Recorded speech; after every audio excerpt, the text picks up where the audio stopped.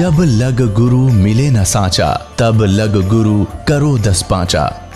क्या गुरु बदल सकते हैं? क्या गुरु बदलने से पाप लगता है? आध्यात्म के इस मैदान में आखिर सही गुरु कौन है? गीता जी में वर्णित तत्वदर्शी संत कौन है? इन सभी प्रश्नों के उत्तर जानने के लिए अवश्य सुनिए जगत गुरु तत्वदर्शी संत रामपाल जी महाराज के मंगल प्रवचन। सत साहिब दर्शकों, क्या आपने कभी सुना है कि भक्ति करते करते भी व्यक्ति नास्तिक बन सकता है? आखिर ऐसा क्यों होता है कि पूरी श्रद्धा से पूजा व्रत और साधना करने के बावजूद भी मनुष्य को सुख और शांति नहीं मिलती? आज हम आपको एक ऐसे ही व्यक्ति की सच्ची कहानी से रूबरू करवाने जा रहे हैं। इन्होंने हर संभव साधना की, लेकिन कष्टों ने उनकी आशा को तोड़ दिया।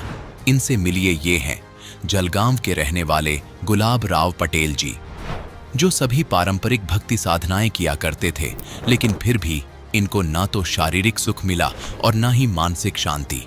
लेकिन आज गुलाब राव पटेल जी का कहना है कि यदि कोई परमात्मा इस पृथ्वी पर है तो केवल संत रामपाल जी महाराज हैं। दर्शकों, आखिर नास्तिक बने गुलाब राव पटेल जी कैसे आस्तिक बन गए और आखिर क्यों इन्होंने संत रामपाल जी महाराज से दीक्षा ली? आइए सुनते हैं गुलाब राव पटेल जी की कहानी उन्हीं की जुबानी। जी नमस्कार। नमस्कार सर। क्या नाम है आपका? गुलाब राव पाटिल। सर कहाँ से आए हैं आप? मलेर तहसील, डिस्ट्रिक्ट जलगांव, महाराष्ट्र से आया हूँ सर। सर, संत रामपाल जी महाराज से नाम दीक्षा लेने से पहले आप क्या भक्ति साधना करते थे?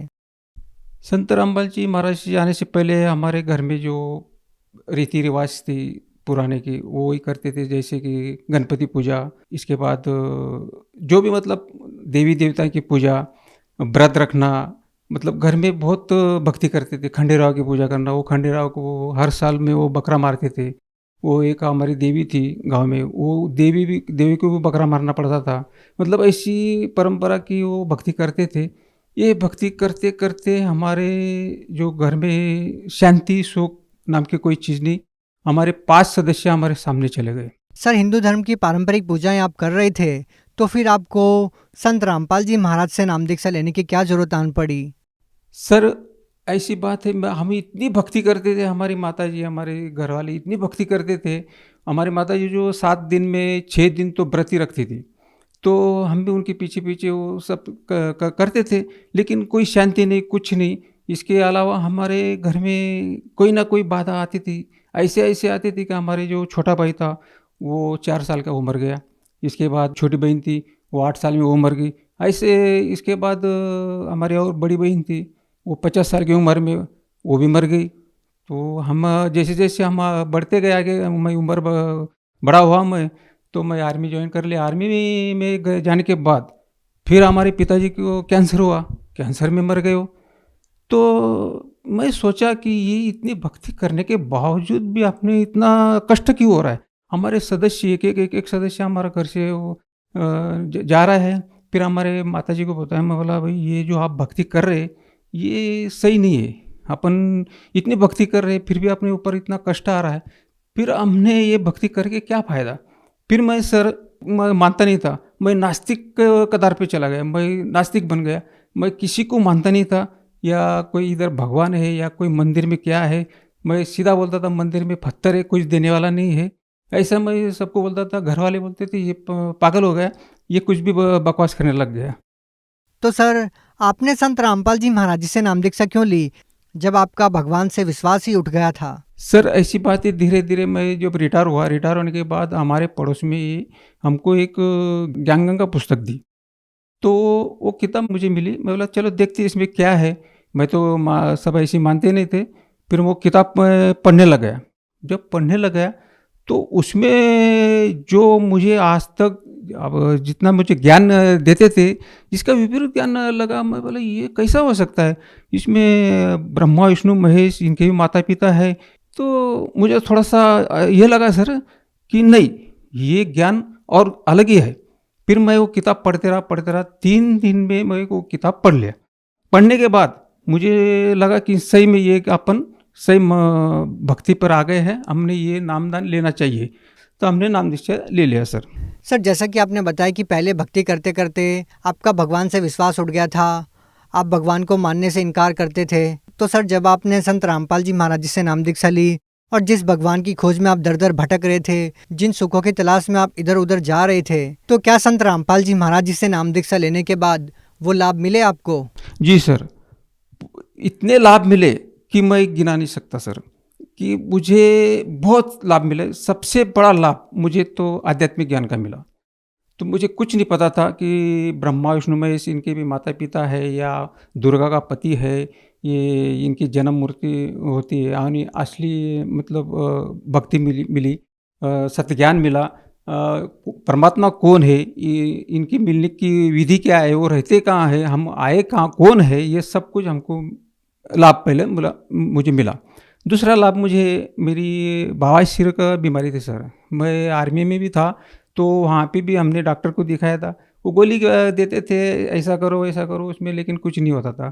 फिर घर पे आया, घर पे भी मैं काफ़ी दवा पानी किया, लेकिन उससे भी कुछ नहीं हुआ। आयुर्वेदिक दवा खाई, उससे भी कुछ नहीं होता था। लेकिन जब मैं नाम दीक्षा लिया रामपाल जी महाराज से, तब से मेरा धीरे धीरे सतनाम तक वो बवासीर की बीमारी ख़त्म हो गई सर, बिल्कुल जड़ से निकल गई।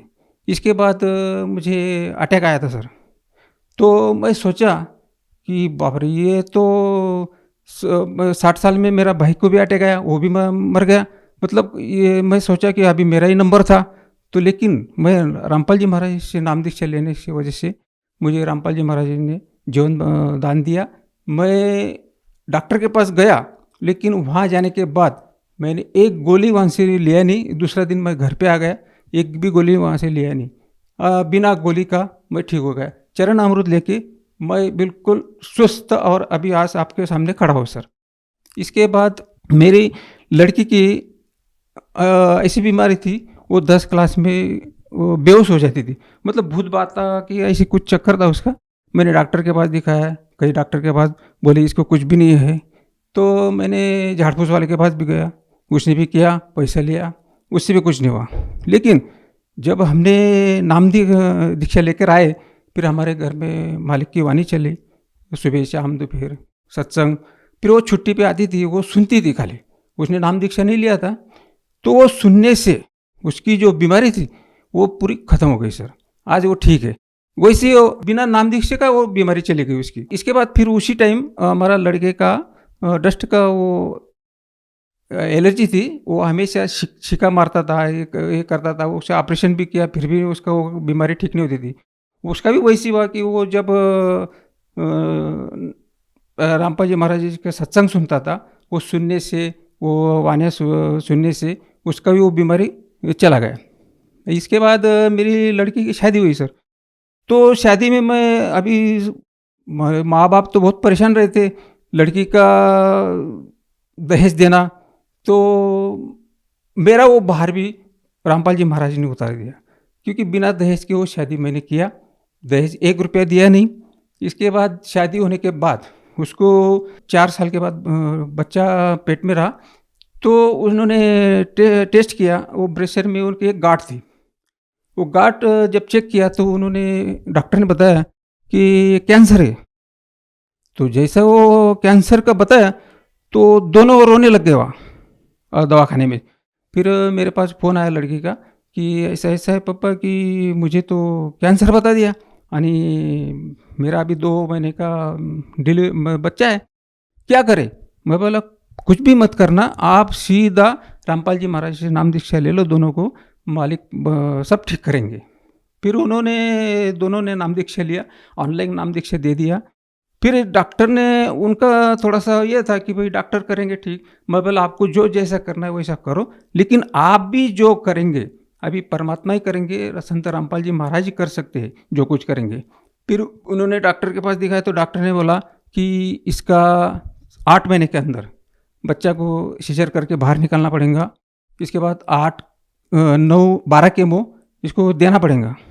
फिर डिलीवरी की जब हो जाएगा उसके बाद 4 केमो और देना पड़ेगा। मतलब वो इंजेक्शन रहते, वो इंजेक्शन इतना खतरनाक रहते, वो बहुत जलन होता। फिर उसको जैसे पहला केमो दिया, इंजेक्शन दिया, उसको कुछ नहीं हुआ। तो मैं उसको बोला, मैं बोला देख भाई, नाम दीक्षा लिया है, आप नाम सुमिरन करो, आपको कुछ नहीं होगा, आप चिंता मत करो। फिर ऐसे सर उसको 12 कीमो दिए। तो जैसा आज समझ लो, आज कीमो दिया तो 4 दिन में वो बच्चा चेक करते थे डॉक्टर कि भाई क्या हुआ क्या नहीं। तो बच्चा भी ठीक होके एकदम सही था।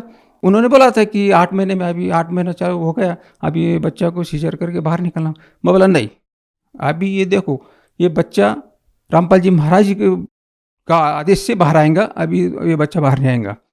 तो जैसे 8 महीना हो गया, वो बोला जल्दी करो। मैं बोला नहीं, करना नहीं। लड़की को बोला धीरज रखो। फिर 9वां महीने में वो बच्चा बिना सीजर किए हुए नॉर्मल डिलीवरी हुए। नॉर्मल डिलीवरी में बच्चा एकदम क्लियर, जब 3 किलो का मतलब बच्चा था। आज वो बच्चा भी सही है और मेरी लड़की भी बिल्कुल सही है। उसके बाल भी गिरे नहीं, कुछ नहीं। और जो केमो चलते थे वो केमो भी लिया उसने, सब कुछ लिया। आज वो बिल्कुल सही है। तो जैसा उन्होंने बोला कि हमने डॉक्टर को बताना है, मैं बोला ठीक है, आप जैसी आपकी मर्जी, आप डॉक्टर को बताओ, लेकिन आज से जो भी होगा, जो भी करेंगे, संत रामपाल जी महाराज जी करेंगे। हमारा पूर्ण विश्वास है। आपको विश्वास है नहीं है तो आप कर सकते, आप डॉक्टर के पास जा सकते।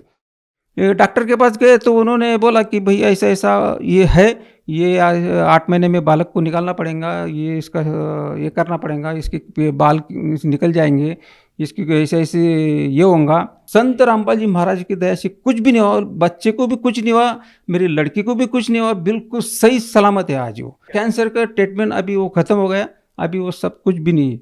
मैंने उनको बोला था कि ट्रीटमेंट करने की कोई ज़रूरत नहीं है, संत रामपाल जी महाराज जी सब कुछ कर सकते हैं। लेकिन उनका थोड़ा सा वो ये थे, डामाडोल थे वो, उन्होंने वो किया वो डॉक्टर के पास जाके। लेकिन डॉक्टर जो बोलते थे उसका विपरीत हुआ। वो विपरीत ऐसा हुआ कि वो बोलते थे ऐसा ऐसा, उन्होंने बता दिया था सब कहानी, लेकिन वो ऐसा नहीं हुआ। फिर वो क्या बोले कि बोला नहीं, ये हजारों में लाखों में ऐसी एक केस होती है, ऐसा हो जाता है बोलता है। तो हमको पता था कि ये जो किया ये संत रामपाल जी महाराज जी ने किया, बाकी कोई नहीं कर सकता है। सर, जैसा कि आपने बताया कि संत रामपाल जी महाराज जी से नाम दीक्षा लेने के बाद आपको इतने सारे लाभ मिले, तो सर हम आपसे ये जानना चाहेंगे कि संत रामपाल जी महाराज को आप अन्य संतों से किस प्रकार से अलग पाते हैं? अन्य जो धर्मगुरु है, जगत गुरु है, ये जो ज्ञान देते, ये ज्ञान इनके पास आध्यात्मिक ज्ञान बिल्कुल नहीं है। ये सब अपनी मनगढ़ंत कहानी बताते क्या है ये लोग कि रामायण का, महाभारत का ऐसी स्टोरी बताते। ये बताते बताते हमारे कान पक गए। ये इनके पास कुछ ज्ञान भी नहीं है, ये इनके पास सत्य ज्ञान नहीं है। ये जो अपने धर्म, अपने वो शास्त्र के विरुद्ध ज्ञान बता रहे। और हमारे जो रामपाल जी महाराज जी अपना शास्त्र से ज्ञान बताते। शास्त्र जो अपने जितने भी धर्म ग्रंथ है वो एक एक एक खोल करके बता रहे। जैसे गीता हुआ, वेद हुई, बाइबल हुई, ये गुरु ग्रंथ साहिब हुआ, ये सब ग्रंथ एक एक खोल के बता रहे। उसमें सब ज्ञान आज तक किसी ने बताया नहीं। आज जो भी सदग्रंथ खोल के बताने वाले जो संत है वो पूरा विश्व में संत रामपाल जी महाराज है।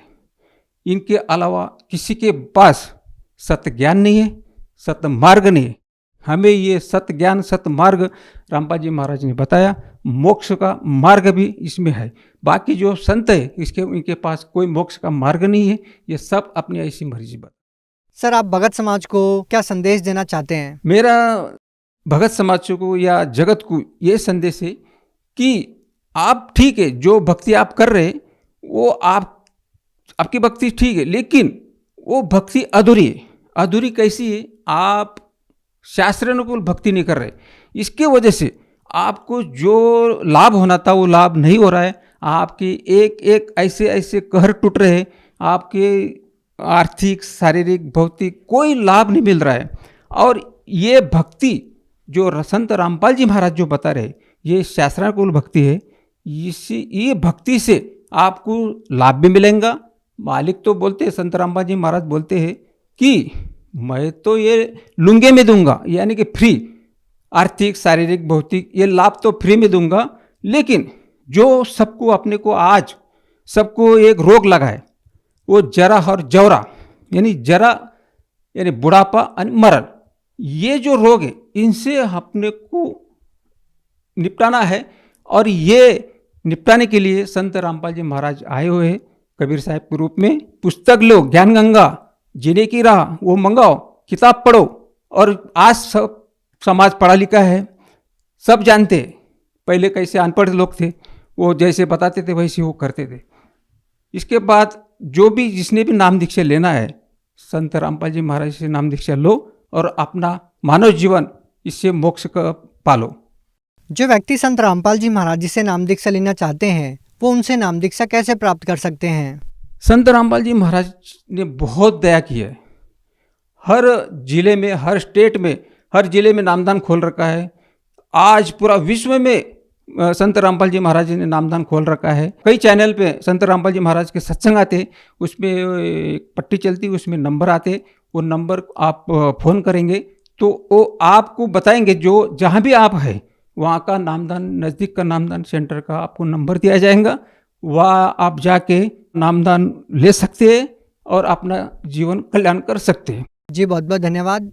सत साहिब। दर्शकों, अभी आपने सुने संत रामपाल जी महाराज से दीक्षा प्राप्त करके सुखी हुए भक्त के अनुभव। अब देखिए जगत गुरु तत्वदर्शी संत रामपाल जी महाराज के मंगल प्रवचन। वो भी इतिहास तो आपने देखा होगा, पीछे कैसे घोड़ों पर, ऊंटों पर लद्दे हंडा करते, और एक रथ बना रखा था जो बहुत बड़ा अच्छा वाहन माना जाता था, राजा लोग बैठते थे। और उसमें एक रेड़ू के अंदर, एक बुग्गी में 6 घोड़े खच्चर जोड़ कर घसीटे फिरा करते थे। कहाँ थी वो अकल जीव में? अब दाता ने दया करी है आपके ऊपर कि जिन सदग्रंथों को आप सत्य मानते हो उनका रहस्य आपको मालूम नहीं। ये नकली काल के दूत आपको मिसगाइड किए बैठे हैं। सिलेबस को नहीं जानता वो टीचर काहेगा, और टीचर कहलाता वो दुश्मन है विद्यार्थियों का। तो हमारे दादे परदादों के जीवन नाश कर दिए नकलियों ने, भूत बना दिए, झूठी कहानी सुना सुना के। तो परमात्मा का मालूम था कि तब मैं अपने दास को भेजूंगा और वो फिर ऐसे इंस्ट्रूमेंट बना के दे दूंगा, एक स्थान से रिले होगा पूरे विश्व के। मेरे बच्चे उन सदग्रंथों से मुझे पहचान रहे होंगे और गद गद हो रहेंगे होंगे, और सत्य और असत्य का निर्णय करके नकलियों को त्याग कर उस एक असली पंथ में ज्वाइन करके अपना जीवन सफल करेंगे। मालिक ने सुनियोजित कर रखा था।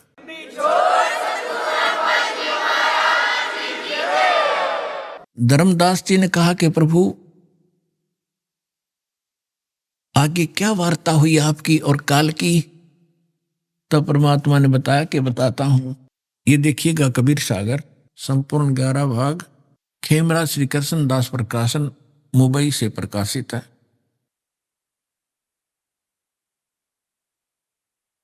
कबीर सागर ज्ञान सागर प्रथम खंड कबीरपंथी भारत पथिक स्वामी युगलानंद बिहारी द्वारा पुरस्कृत। ये इसलिए दिखाया जा रहा आपको, कोई ये ना समझे, ये इसलिए दिखाया जा रहा आपको, कोई ना सोचा कोई डुप्लीकेट दिखा रहे होंगे। ये सारे प्रमाण दिए जाते हैं, आप देख सकते हैं।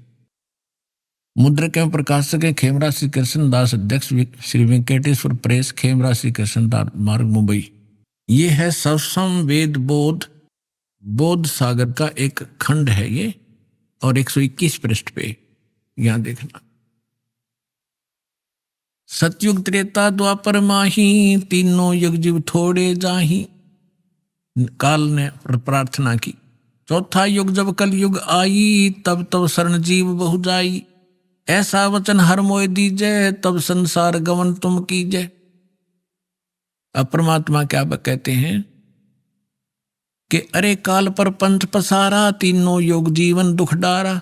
विनती तोर लीन में मानी, मोको ठगे काल अभिमानी। चौथा युग जब कल युग आई, तब हम अपना अंश पठाई। काल फंद छूटे नर लोई, सकल सृष्टि परवानिक होई। परमात्मा कहते हैं चौथा युग जब कलयुग आएगा तब हम अपना अंश भेजेंगे। काल फंद छूटे नर लोई, सकल सृष्टि परवानिक होई। घर घर देखो बोध विचारा, सतनाम सब ठोर उचारा। 5505 तब ये वचन मेरा होगा साचा। कलयुग बीत जाए जब एता, सब जीव परम पुरुष पद चेता। ओए होए, अब क्या कहते हैं परमात्मा कि चौथा युग जब कलयुग आई तब हम अपना अंश पठाई और काल फंद छूटे नर लोई। काल का जितना भी झंझट फंद है सब नर नारी उससे छूटेंगी और सकल सृष्टि पर वाने खोई। ओए होए, कहते पूरा विश्व मेरा नाम लेगा, मेरी ही भक्ति किया करेगा। और घर घर देखो बोध विचारा, बोध माने अध्यात्म ज्ञान का घर घर में चर्चा चलेगी। और सतनाम जिसका आज तक छींट भी नहीं लगी, ज्ञान भी नहीं था में, तो सतनाम सब ठोर उचारा जन जन के मुंह पर होगा कि सतनाम से ही मोक्ष होगा। वो सतनाम कैसा होगा? सतनाम सतनाम नहीं, उसका यथार्थ ज्ञान होगा। 5500 पाचा तब ये वचन मेरा होगा सच्चा। कलयुग बीत जावे जब एता, सब जीव परम पुरुष पद चेता। ओए होए, सभी जीव परमात्मा के उस यथार्थ पद यानी उस स्थान के, गीता अध्याय नंबर 15 के श्लोक नंबर 4 में लिखा है कि तत्वदर्शी संत की प्राप्ति के उपरांत उसके पश्चात परमेश्वर के उस परम पद की खोज करनी चाहिए, जहां जाने के बाद साधक फिर लौटकर कभी संसार में नहीं आते। तो यहां कहा कि उस परम पद के सभी परिचित होंगे और पूरा विश्व नाम लेगा।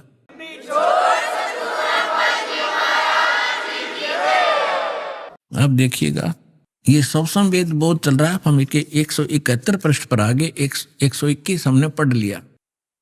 अब परमात्मा बताते आ रहे हैं कि कहते हैं दोहा 5 सहंस और 500 5500 जब कलयुग बीत जाए, महापुरुष फरमान तब जग तारण को आए। हिंदू तुर्क आदि सब जेते जीव जहान, सतनाम की साख गह ये पावे पद निर्वाण। परमात्मा कहते हैं कि जब कलयुग 5500 वर्ष बीत जाएगा, उस समय एक महापुरुष आवेगा और परमात्मा का यथार्थ फरमान सुनावेगा। और सभी जितने भी हिंदू तुर्क जितने भी जीव हैं संसार में, और सतनाम की साख ले गह व पाव पद निर्वाण, जो सतनाम ग्रहण कर लेगा वो सभी जीव उस मोक्ष को प्राप्त करेंगे, जहां जाने के बाद साधक फिर लौटकर कभी संसार में नहीं आते। देख, फिर कहते हैं सतनाम की साख गह सब पावे पद निर्वाण, यथा सरितगण आप ही और मिले सिंधु में धाये, सत सुकृत के मद तिमी वो सब ही पंथ समावे। अब परमात्मा कहते हैं कि जैसे ये भिन्न भिन्न मार्ग बन गए, पंथ बन गए, हिंदू धर्म मुस्लिम सिख ईसाई अलग अलग बट गए, तो उस सच्चे ज्ञान को सुन और समझ के ये पुनः वापस एक होंगे। जैसे समुद्र के अंदर बगैर निर्बाधर ना डटे नहीं डटती दरियाएं, अपने आप जाकर शीघ्रता से तीव्रता के साथ उसमें समा जाती हैं। इस ज्ञान से परिचित होकर के सभी मानव अपने अहम और अपनी इन विभाजित सीमाओं को तोड़ के ऐसे जबरदस्ती आवेंगे, कोई रोक नहीं सकेगा। जैसे दरिया को समुद्र में जाने से रोका नहीं जा सकता। देखना, यथा सरितगण, सरितगण माने दरियाएं, आप ही मिले सिंधु माने समुद्र में, धाय माने दौड़ के स्पीडते, और सत सुकृत के मध्य में जो एक पंथ चलाया जाएगा उसमें सभी पंथ समावे। ऐसे जब लग पूर्ण होवे नी ठीके को तिथिवार, कपट चातुरी तब लो और सब संवेद निराधार है। अब क्या बताते हैं कि जब तक वो 5505 नहीं आवेगा कलयुग का, तब तक तो ये मेरी बात निराधार दिखाई देंगी, जो सब संवेद में मैंने बोल दी, धर्मदास राव ने लिख दी। और जब वो 5500 वर्ष कलयुग का आवेगा, ठीक ठीक माने निर्धारित समय। पहले ये देसी भाषा हमारे यहाँ की, पहले ये कहा करते कि जैसे कोई पशु ले जाता हमारे घर से, तो मेरे ताऊ जी से पूछा करते थे कि उसने पैसे की कही थी, दिए नहीं, तो वो कहा करते कि उसने अगली ठीक बता दी, कार्तिक की पूर्णवासी। ठीक माने आगा दिन धर दिया कि उस दिन ये पैसे दूंगा। तो यहाँ परमात्मा कहते हैं मैंने यह ठीक रख दी कि 5505 जब कलयुग आओगा उसके बाद पूरे विश्व में ज्ञान फैलेगा और सारा संसार मेरा शेष होगा। मेरी भक्ति करेंगे मेरे बच्चे, मुझे पहचानेंगे और सारे एक होंगे जो भिन्न भिन्न बाटों में बट गए विभागों में।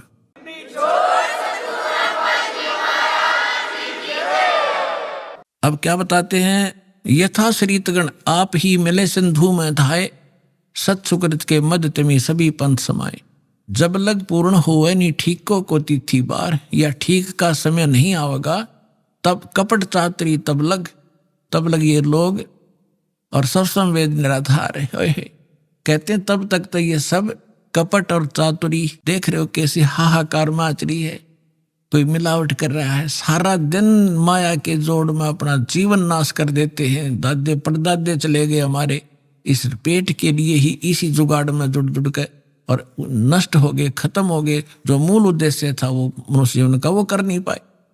तो यहाँ बताते हैं कि यह कपट चातुरी और ये बकवाद ये प्राणी तब तक करेगा जब तक युग ज्ञान सामने नहीं आवेगा, और फिर ये सब अपने आप स्तब्ध हो जाएंगे कि क्या करें, विष कौन खाएगा, ऐसा विष जो असंख्य जन्म तक भोगना पड़ता है। तो एकदम सब का ब्रेक से लागेंगे।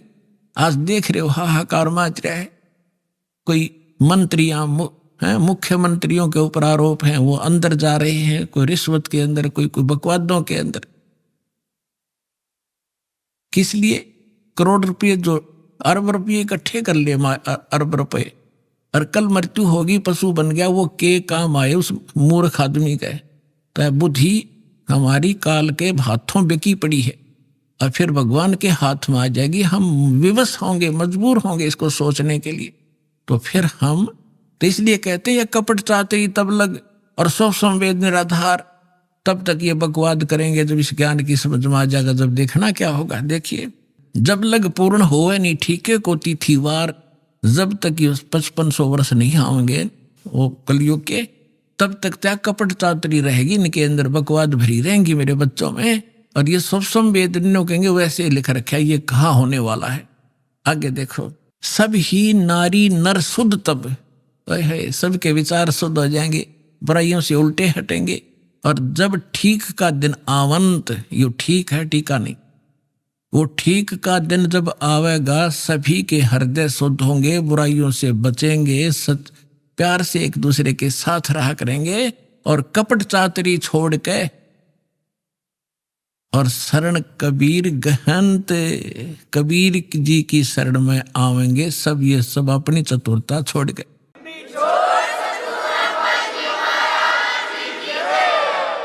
एक अनेक हो गए पुनः अनेक हो एक, हंस चले सतलोक सब, सभी हंस सतलोक चलेंगे। एक से अनेक हो गए, कोई नारे नारे मजहब धर्म बन गए, ये पुनः अनेक हो एक, वह सब एक होंगे। और हंस चले सतलोक सब सतनाम की टेक। कहते सतनाम को लेकर सब सतलोक चले जाएंगे। घर घर बोध विचार हो दुर्मति दूर बहाए, और कलयुग में एक हो गए सब बरते सहज सुभाए। ओए होए, कहते हैं घर घर बोध, मेरे ज्ञान का घर घर चर्चा होगी पुण्यात्माओं। आज ज्ञान गंगा बरवाला आश्रम, सतलोक आश्रम और इस दास का नाम घर घर में चर्चा हो रही है कि Kabir is God, Kabir is God, और घर घर ज्ञान बांटा जा रहा भगवान का।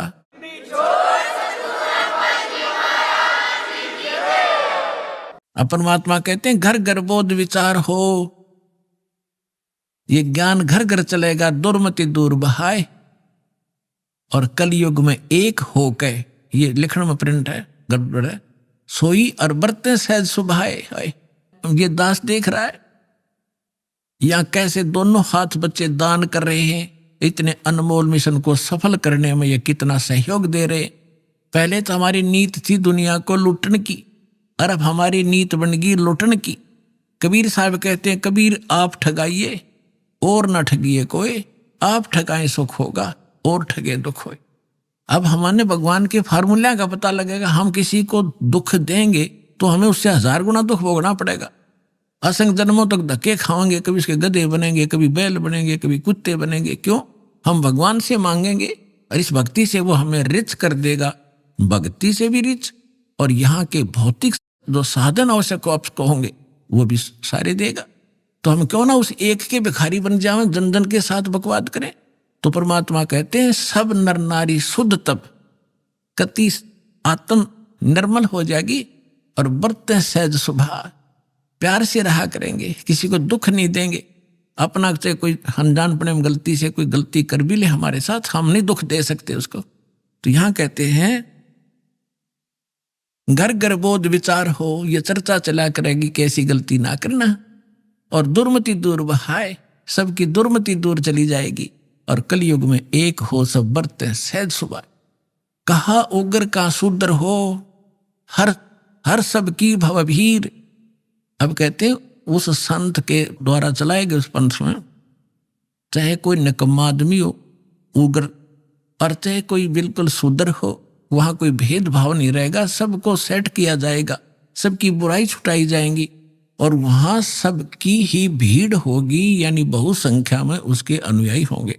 कहा उग्र का शूद्र हो, हर सबकी भवभीर, और सो समान दृष्टि है वो समर्थ सत कबीर। उस पंथ का चलाने वाला ये समझ लेना वो समर्थ कबीर ही होगा, जो सबको समान दृष्टि से व्यवहार करेगा, वह ऊंच नीच नहीं रहेगी।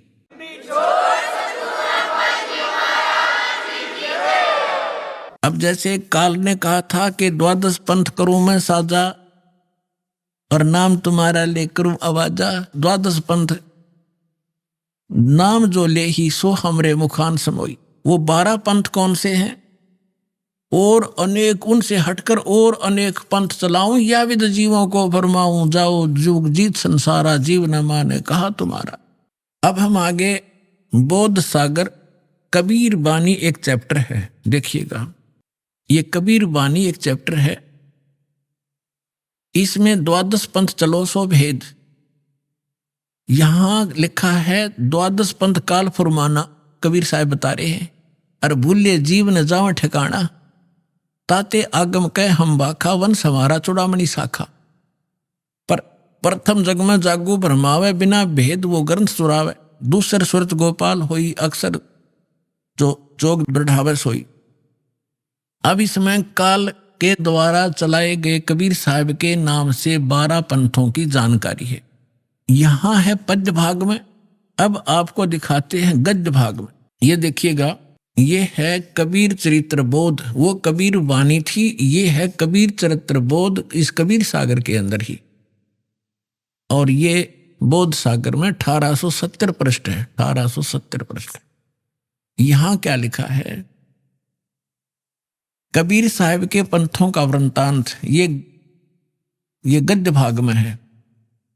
नंबर 1 है नारायण दास का पंथ। अब इन्होंने यहां गलती की है, लिखना था चूड़ामणि जी का पंथ, क्योंकि नारायण दास ने तो कबीर साहब के ज्ञान को स्वीकारा ही नहीं था। वो कबीर पंथ कैसे हो गया? अंडरस्टूड है, जो कबीर पंथ से जुड़े हैं पुण्यात्मा वो अच्छी तरह जब समझ लेंगे इस बात को। ये विशेषकर उनके लिए और आपके लिए भी साथ में है।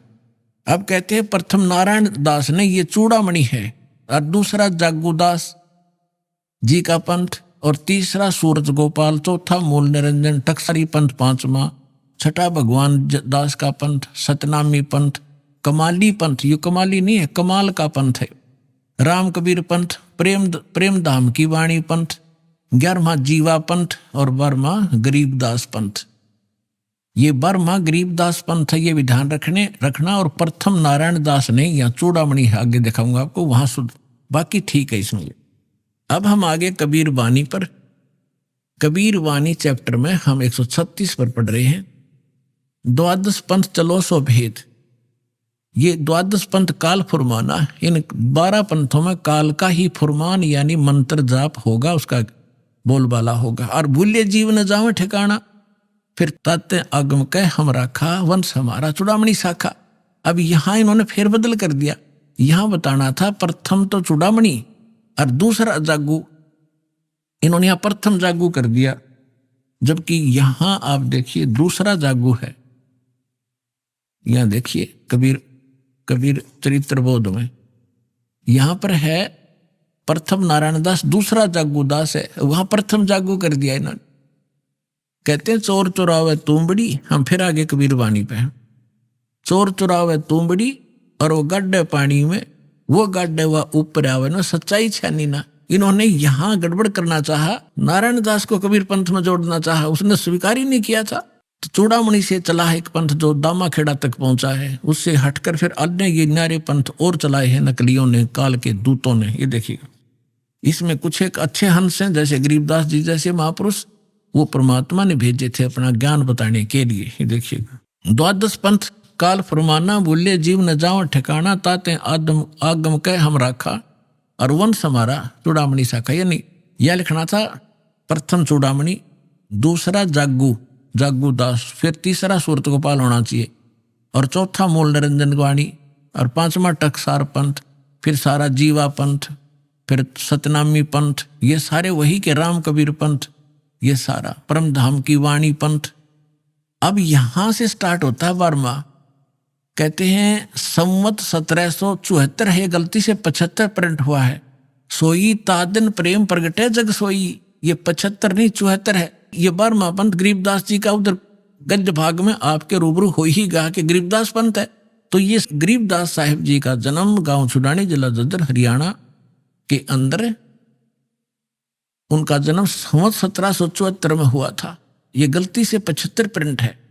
तो यहाँ कहा है कि संवत 1774 जब आवेगा तो जग में प्रेम प्रगट होगा, यानी वो मेरा ज्ञान पुनः बतावेगा। परमात्मा ने पता था कि जब काल के दूत कबीर पंथ में घुसेंगे तो मेरी वाणी में भी गड़बड़ करेंगे। वह कबीर पंथ में उन्हें काफी कबीर सागर में फेरबदल कर रखा अपने हिसाब से।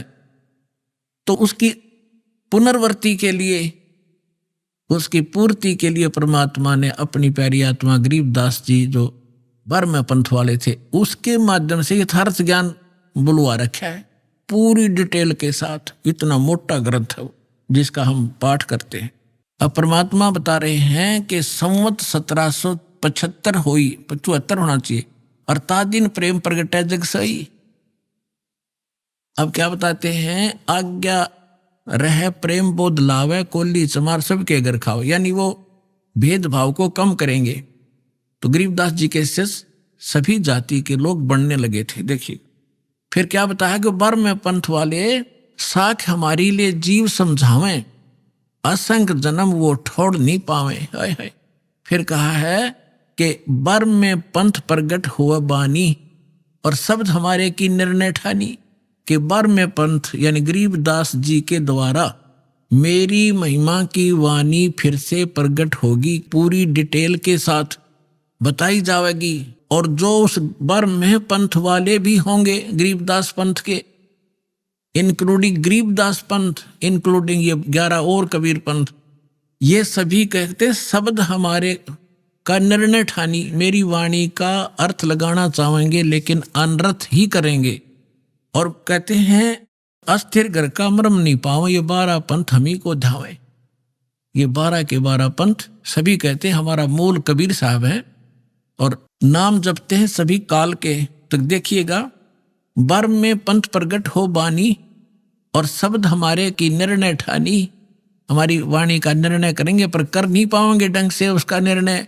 अस्थिर घर का मरम न पावे, यानी सतलोक नहीं जा सकते, ये 12 पंथ हम ही को ध्यावे।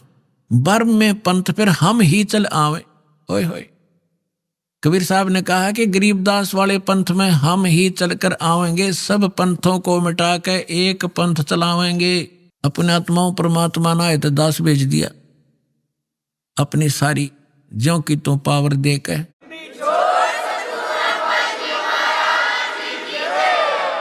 आप देख रहे हो कैसे रोशनी हो रही है सच्चे ज्ञान की, पूरे विश्व में फैल रहा है, इंटरनेट के माध्यम से, टीवी के माध्यम से, वैसे भक्तों के माध्यम से, और बुकों के माध्यम से, सीडी डीवीडी के माध्यम से। तहलका मचा रखा दाता ने अपने बच्चों के लिए, ताकि ये शीघ्र पहचाने मुझे और अपना मूल काम करें जो इसको भूले बैठे हैं। अब देखो क्या बताते हैं, साख हमारी ले जीव समझावें, असंग जन्म ये छोड़ नहीं पावे। बर्मा पंथ प्रगट हो बाणी, शब्द हमारे की निर्णय ठानी, अस्थिर घर का मर्म नहीं पावे, 12 पंथ हम ही को था। बर्मा पंथ हम ही चलकर आवे। कबीर साहब कहते हैं मैं खुद आऊंगा, और सब पंथ मिटा के एक पंथ चलावे। फिर कहते प्रथम चरण कलयुग निर्याना, तब मगर मांडो मैदाना। यहां परमात्मा ने कमाल कर दिया है कि प्रथम चरण कलयुग का वो होगा जो मगर के अंदर में एक लीला करूंगा और वहां से सह शरीर जाऊंगा। तो लीला वो मालिक ने प्रथम चरण में की। अब ये बीचली पीढ़ी अब चली है जब 5500 कलयुग बीत गया। 1997 में 5505 कलयुग पूरा हो जाता। आपको बहुत बार डिटेल बताई है कैलकुलेट करके। अब के आगे क्या बताया है कि 5505 तब ये वचन मेरा होगा साचा।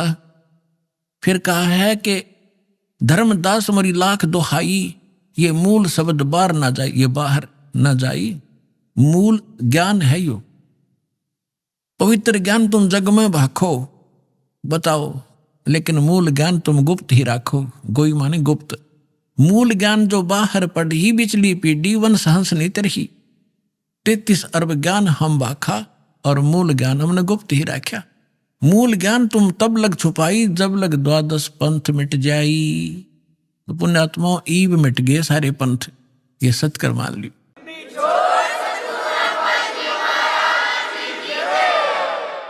अब देखिएगा फिर एक और रहस्य दिखाते हैं आपको।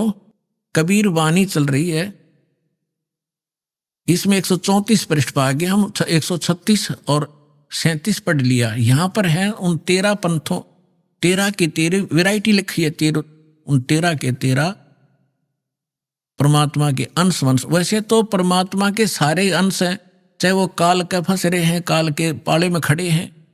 वो 12 नकली जो व्यक्ति आए थे वो बच्चे भगवान के ही थे। लेकिन अब ये क्या बता रहे हैं देखिएगा कि इसमें प्रथम वंश उत्तम, ये चूड़ामणि है। दूसरा ये जागू जुग्गू है। ये तीसरा अहंकारी प्रचंड। चौथा वंश बेर है। 5वां वंश निंद्रा। 6ठा वंश उदास। 7वां वंश ज्ञान चुतराई। ये सतनामी पंथ वगैरह सारे टकसारी पंथ। और 8वें 12 पंथ विरोध। 9वां वंश पंथ पूजा। 10वां वंश प्रकाश। 11वां वंश प्रगट पसारा और 12वें वंश प्रगट हो उजियारा। 12वां गरीबदास जी का। अब क्या कहा परमात्मा ने कि 12वां जो वंश आवेगा गरीबदास जी, उसके द्वारा मेरी वाणी का, मेरी महिमा का कुछ थोड़ा थोड़ा उजियारा सा होएगा, क्लियर नहीं होगा उससे। अब देखो 12वें वंश प्रगट हो उजियारा और 13वां वंश ये दास आपके सामने बैठा है। मिटे सकल अंधियारा। ओए होए,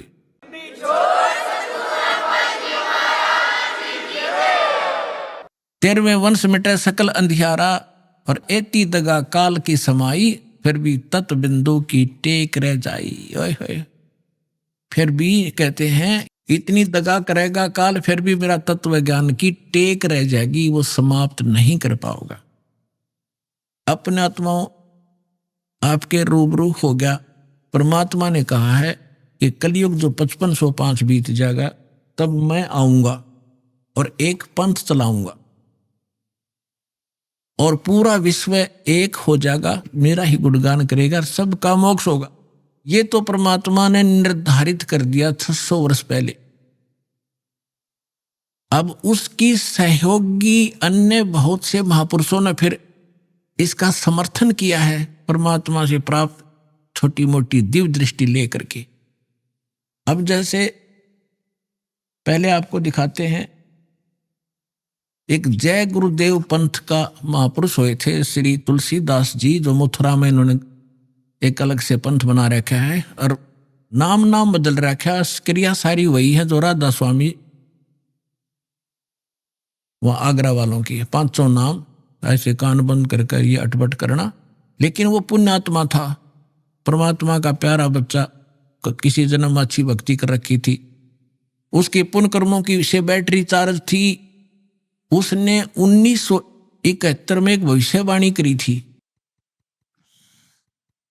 कि एक महापुरुष जो पूरे विश्व को सच्चा ज्ञान देगा, सारा संसार उसका आदर करेगा, वो प्रगट हो चुका है। अब आपको उनकी शब्दों में सुनाऊंगा, अच्छा लगेगा। देखिए, जय गुरुदेव की अमर वाणी, भाग 2। और ये कहां से छपी है देखिएगा। ये है श्री तुलसीदास जी। अब ते चले गए जहाँ न जाना था। जय गुरुदेव की अमर वाणी। शाकाहारी सदाचारी बाल संघ से संकलित। प्रकाशक है दिव्या शर्मा, 88 साकेत कॉलोनी, मथुरा, उत्तर प्रदेश। और मूल्य इतने। मुद्रक है अर्जेंट प्रिंटर्स, पुराना बस स्टैंड, मथुरा, उत्तर प्रदेश। ये है वो महापुरुष। अब इसके चेले क्या कहते हैं? विश्व को शांति अब इन्हीं से मिलेगी। जब तक ये यहाँ रहे दूना नाश हो गया विश्व का, शांति नाम की चीज नहीं। अब आपको दिखाते हैं, इसके 58 पृष्ठ पर ले चलते हैं। ये 59 पृष्ठ है, 59। और ये 28 अगस्त 1971 को शाकाहारी पत्रिका में छपया। उस दिन इसने बोली है वाणी। क्या कहा है? उस महापुरुष का जन्म भारतवर्ष के एक छोटे से गांव में हो चुका है और वह व्यक्ति मानव इतिहास का सबसे महत्वपूर्ण व्यक्ति बनेगा। उसे जनता का इतना बड़ा समर्थन प्राप्त होगा कि आज तक किसी को नहीं मिला है। वह महापुरुष नए सिरे से विधान को बनाएगा और वह विश्व के संपूर्ण देशों पर लागू होगा। उसका एक झंडा होगा, उसकी एक भाषा होगी। अभी आपने सुने संत रामपाल जी महाराज के मंगल प्रवचन। आइए अब सुनते हैं संत रामपाल जी महाराज से नाम दीक्षा लेकर सतभक्ति करके अद्भुत लाभ प्राप्त करने वाले अनुयायी के विचार। दर्शकों, मनुष्य अनेकों भक्ति साधना करता है, लेकिन फिर भी उन भक्ति साधनाओं को करते हुए उसके जीवन में अनेकों दुख आ जाते हैं। कहीं ना कहीं उसको परमात्मा के अस्तित्व पर ही शक होने लगता है। दर्शकों, ऐसी ही कहानी थी राजस्थान के रहने वाले अशोक कुमार जी की। अशोक जी पहले सभी पारंपरिक भक्ति साधनाएं किया करते थे, लेकिन फिर भी उनका परिवार शारीरिक, आर्थिक और मानसिक रूप से पीड़ित था। लेकिन आज अशोक जी का कहना है कि मेरी जिंदगी पूरी तरह बदल गई है और उसका पूरा श्रेय मैं संत रामपाल जी महाराज को देना चाहता हूं। यदि संत रामपाल जी महाराज मुझे नहीं मिलते तो ना जाने मेरे व मेरे परिवार के साथ क्या होता। दर्शकों, आइए जानते हैं कि आखिर अशोक जी ऐसा क्यों कह रहे हैं। आखिर अशोक जी अपनी जिंदगी के मसीहा संत रामपाल जी महाराज को क्यों ठहरा रहे हैं। सुनते हैं अशोक जी की कहानी, उन्हीं की जुबानी। नमस्कार सर। नमस्कार सर। क्या नाम है आपका? अशोक कुमार। सर, आप कहाँ के रहने वाले हैं? जिला बारां, राजस्थान, गांव अंता है। संत रामपाल जी महाराज से नाम दीक्षा आपने कब ली? तत्वदर्शी सदगुरु संत रामपाल जी महाराज से नाम दीक्षा दास ने 28 अप्रैल 2013 को ली। संत रामपाल जी महाराज से नाम दीक्षा लेने से पहले क्या आप कोई भक्ति साधना भी करते थे? जी, सदगुरु रामपाल जी महाराज से जुड़ने से पहले जो भी परिवार में पारंपरिक साधनाएं होती है, देवी देवताओं की भक्ति करना, मंदिर मस्जिदों में जाना, ये सभी परंपरा से जो चली आ रही थी वही साधना हम करते थे। तो सर, आप जो पारंपरिक साधनाएं करते थे उन सब से आपको क्या क्या लाभ मिले? परंपरागत साधनाएं करते थे, उनसे मुझे कुछ भी लाभ नहीं हुआ, उल्टी हानियाँ हुई। मेरी पहली पत्नी शादी के 2 साल बाद ही एक्सपायर हो गई। पीलिया या कोई अन्य रोग ऐसे होने से वो वहीं शांत हो गई, पियर में ही। उसके बाद में मैं पढ़ाई करता था, 10वीं तक पढ़ाई करी मैंने। उसके बाद में 10वीं से पढ़ाई बंद करने के बाद में दूसरी मैरिज हुई भीलवाड़ा, राजस्थान में। वहाँ भी कुछ समय बाद में ही वो पत्नी भी मेरी एक्सपायर हो गई, शांत हो गई। और उसमें हमारे पिताजी रामदेव जी, बाबा रामदेव जी की साधना करते थे। रामदेवरा जाते थे साल के साल ही, भादवे के महीने में। वहाँ रामदेवरा जाने से भी उन्होंने जो साधना बताई कि भाई यहाँ ऐसा ऐसा करना है, वैसा करना है, तो उनके साथ में जाकर यही साधना करी जो परंपरा से हमारे पिताजी करते थे। उनसे कोई लाभ नहीं हुआ। देवी देवताओं पे विश्वास करना ही छोड़ दिया, क्योंकि हानि के अलावा उन देवी देवताओं से मुझे कुछ भी प्राप्त नहीं हुआ। उसके बाद में सत्संगों में जाना शुरू किया तो वहाँ भी यही था कि गांजा पीना, बीड़ी पीना, सिगरेट पीना। वहाँ भी ऐसे विषय विकारों में ही उलझा देते। जो संत महात्मा होते थे सत्संग में भजन के लिए बैठते थे, जो ढोंगी संत आते थे, वो भी यही कहते थे कि भाई बीड़ी जलाओ, सिगरेट जलाओ, तो जलाना पड़ती थी। उनको जला के देते थे। वो बोलते थे कि लो आप भी खींचो एक फूंक, हम भी खींच देते। ऐसे ऐसे करते, उसकी भी लत लग गई। फिर गांजा पीने लग गए।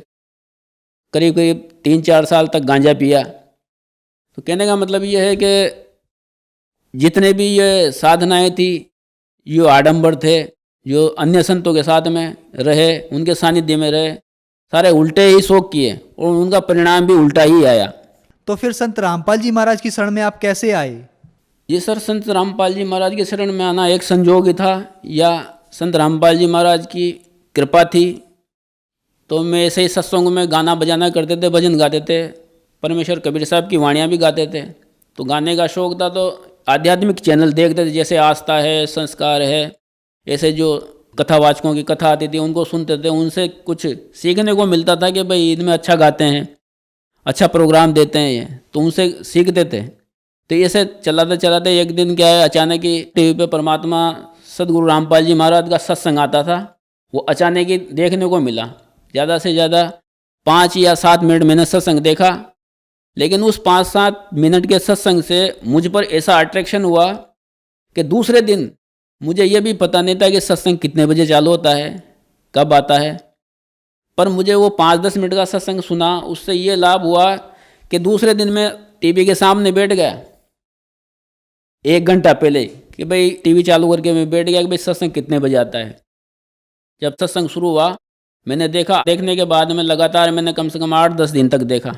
उसके बाद में चैनल के नीचे हेडलाइन आती है पीली पट्टी, उस पीली पट्टी पे जो फ़ोन नंबर रहते हैं वहाँ से मैंने SMS करके ज्ञान गंगा पुस्तक मंगवाई। ज्ञान गंगा पुस्तक को पढ़ा।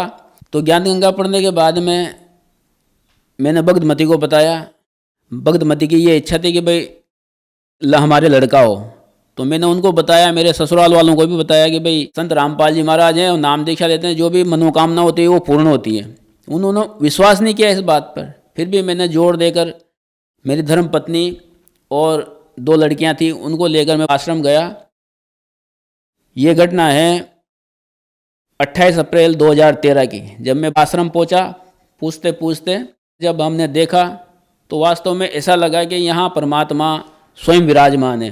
तो सर, संत रामपाल जी महाराज से जब आपने नाम दीक्षा ली, उसके बाद क्या आपको कोई लाभ भी प्राप्त हुए? सबसे पहले तो सदगुरु संत रामपाल जी महाराज से नाम दीक्षा लेने के बाद प्रथम लाभ तो ये मिला कि मुझे आध्यात्मिक ज्ञान हुआ। इससे ये पता चला कि देवी देवताओं की भक्ति करने से क्या होता है और पूर्ण परमात्मा की साधना करने से क्या होता है, पूर्ण लाभ कहाँ से प्राप्त होता है, कैसे प्राप्त होता है, ये सदगुरु रामपाल जी महाराज की शरण में आने के बाद ही पता चला। दूसरा लाभ, भगतमती को और उसके माता पिता को ये इच्छा थी कि हमारे लड़का हो, लड़की को। तो उस समय मेरी मिसेज प्रेग्नेंट थी।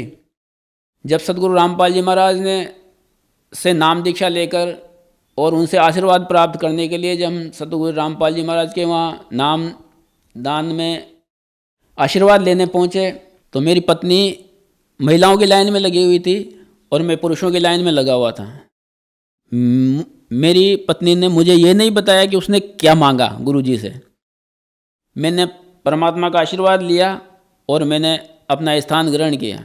उसके बाद में जब मेरी पत्नी और हम वापस मिले तब उसने आके बताया मुझे कि मैंने तो परमात्मा के सामने, सदगुरु रामपाल जी महाराज के सामने ये अर्जी लगाई थी कि अगर सदगुरु रामपाल जी महाराज सच्चे संत हैं, परमात्मा स्वरूप हैं, तो मुझे लड़का दें।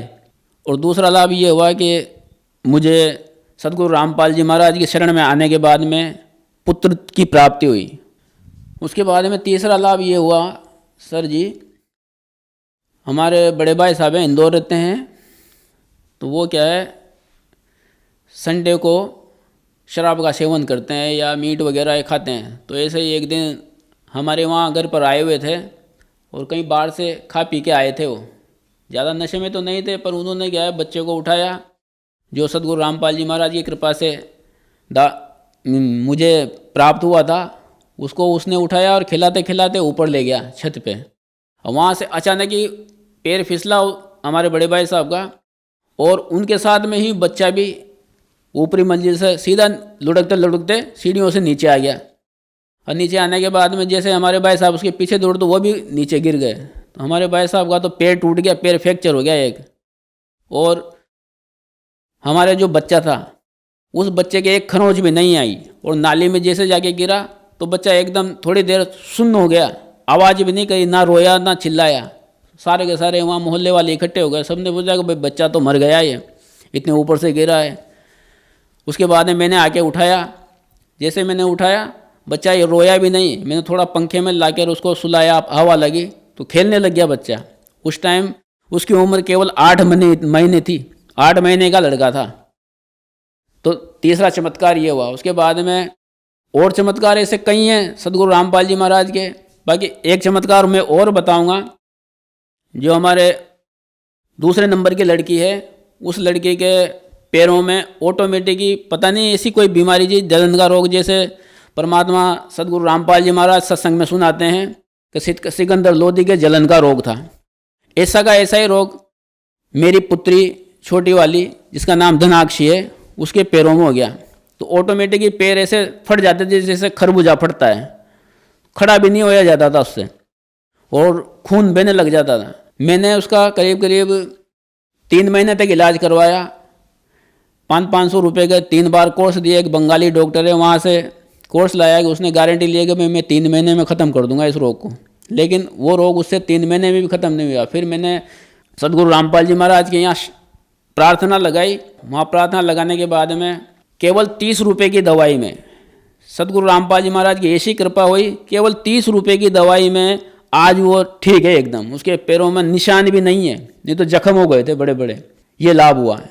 और सदगुरु रामपाल जी महाराज की शरण में आने से मेरे जो विषय विकार थे, बुरी आदतें थी, गलत शौक मौज थे, जैसे शराब पीना, बीड़ी पीना, चिलम पीना और मांस मदिरा का इनका सेवन करना, ये सारी बुरी आदतें एक साथ छूट गई। सब कहते हैं कि भाई ये नहीं छूटती है, बाकी सदगुरु रामपाल जी महाराज की शरण में आने से एक ही बार में सारे विषय विकार व्यसन छूट गए। सभी हिंदू धर्म में देवी देवताओं की भक्ति करते हैं, वो ये कहते हैं, आरतियों में भी गाते हैं कि विषय विकार मिटाओ पाप हरो देवा, स्वामी पाप हरो देवा। बाकी आज तक गाने से विषय विकार किसी के भी नहीं मिटे और आज तक भी गा रहे हैं, लेकिन सदगुरु रामपाल जी महाराज की शरण में आने के बाद तुरंत ही सारे विषय विकार, आज कोई अगर बीड़ी भी पीता है हमारे सामने या हमारे पास में तो ऐसी बदबू आती है कि थोड़ी देर बाद में उल्टियाँ हो जाए, ये कंडीशन है। अब सदगुरु रामपाल जी महाराज की ऐसी कृपा है कि जो ऐसे समाज का निर्माण करने जा रहे हैं जिसमें सारे विषय विकारों को मिटा रहे हैं, दहेज रहित शादियां करवा रहे हैं। तो सदगुरु रामपाल जी महाराज ने एक ऐसे समाज का निर्माण किया है जो सामाजिक तौर पर, आर्थिक तौर पर उन्नति करेगा और समाज को एक नई दिशा देगा। संत रामपाल जी महाराज की शरण में आने के बाद आपको बहुत से लाभ मिले। आपको एक लड़के की प्राप्ति हुई, उसके बाद उसी लड़के को जीवन दान मिला, उसके अलावा आपको शराब आदि नशों से भी छुटकारा मिला। तो सर, जो समाज आज आपको सुन रहा है, आप उन्हें क्या संदेश देना चाहेंगे? जी सर, समाज को संदेश तो क्या, एक प्रार्थना और विनती है कि अगर आप भी मेरी तरह इन विषय विकारों से बचना चाहते हैं और आध्यात्मिक लाभ, शारीरिक लाभ और आर्थिक लाभ लेना चाहते हैं तो सदगुरु रामपाल जी महाराज की शरण में आएं और अपना कल्याण करवाएं और सभी तरह के शारीरिक, आर्थिक और जितने भी लाभ हैं जो आप लेना चाहता है, इन देवी देवताओं की शरण में आने से नहीं प्राप्त होंगे। ये सदगुरु संत रामपाल जी महाराज की शरण में आने से ही प्राप्त हो सकते हैं। धन्यवाद सर। सत साहिब।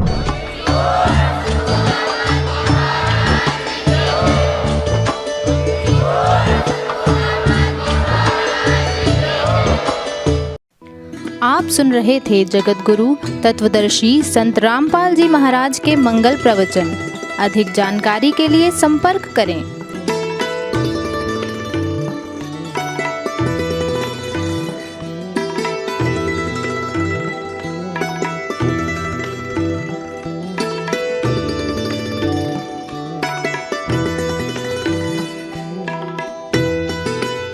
जगत गुरु तत्व तत्वदर्शी संत रामपाल जी महाराज जी के पावन सानिध्य में भक्ति की अलख जगाने तथा श्रद्धालुओं को सत्य भक्ति मार्ग का रास्ता दिखाने हेतु कनाडा के लोकप्रिय channel the TV NRI channel पर जगत गुरु तत्वदर्शी संत रामपाल जी महाराज जी के मंगल प्रवचनों का प्रसारण प्रतिदिन सुबह 7:30 बजे से 8:30 बजे तक तथा रात्रि 7:30 बजे से 8:30 बजे तक किया जा रहा है। इस सत्य भक्ति मार्ग को अपनाने के लिए अधिक से अधिक सत्संग प्रसारण देखें। इस सत्संग प्रवचन का सीधा प्रसारण संत रामपाल जी महाराज लाइव सत्संग YouTube चैनल और जगत गुरु संत रामपाल जी महाराज Facebook पेज पर भी देख सकते हैं।